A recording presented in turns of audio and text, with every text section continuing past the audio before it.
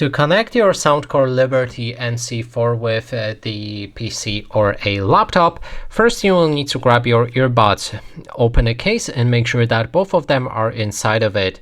Now you need to click on the power button, which is, the button that is on the case right here. Click and hold it for a few moments until the LED lamp on your earbuds right here starts to flash like that.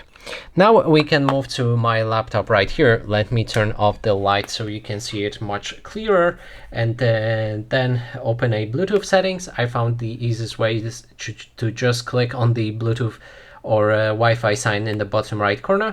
Click on the Bluetooth arrow next to it and then move to the advanced Bluetooth settings. Then select a plus button right here and wait till your earbuds are available in the Bluetooth settings. And now you can click on them to connect them with your laptop. And that is basically everything.